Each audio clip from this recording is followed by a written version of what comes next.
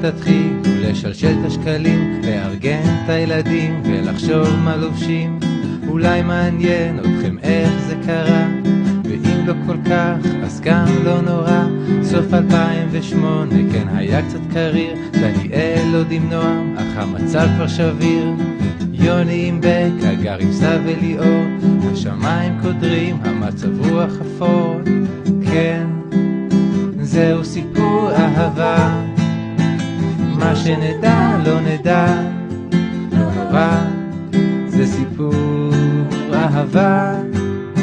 ואז יום אחד בארוחת צהריים סתיו הזמין על הדירה את השניים. כבר אז ראתה שידוך בעיניים, הרי גם הוא וגם היא מציעה משמיים. סתיו ערמומית את העתיד מבשלת, את פינות הגורל היא קצת מעגלת. דניאל את יודעת, יוני כמעט משתגע, דניאל מדברת על שיערך שופע. כן, זהו סיפור אהבה, מה שנדע לא נדע, לא נורא, זה סיפור אהבה. כך זה המשיך בין טיול למסיבה, נשכח את התיק ולחזור יש סיבה. ואז נשיקה היא מבולבלת פתאום, הוא מקווה מחר אם לא היום. את סוף הסיפור כבר תוכלו לנחש, מנשיקה של יוני קשה להתאושש. לא לקח הרבה זמן, היא קיבלה החלטה, היא יודעת את מי היא רוצה במיטה.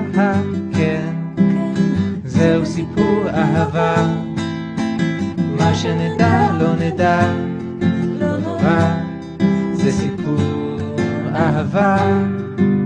עכשיו שכולם יודעים את הכל, נותרה קושייה אחת עוד לשאול, היכן ומתי, רק תגיד, רק תיתן, הזוג הנפלא הזה מתחתן. ובכן יש תשובה לכל שאלה, הגיעו לזיכרון לבית הכלה, החצר היפה תשמש כאולם.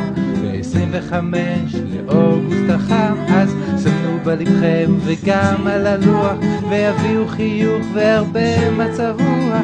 אני יודע שלא תרצו לאחר, זה ב7:30 וכדאי למהר.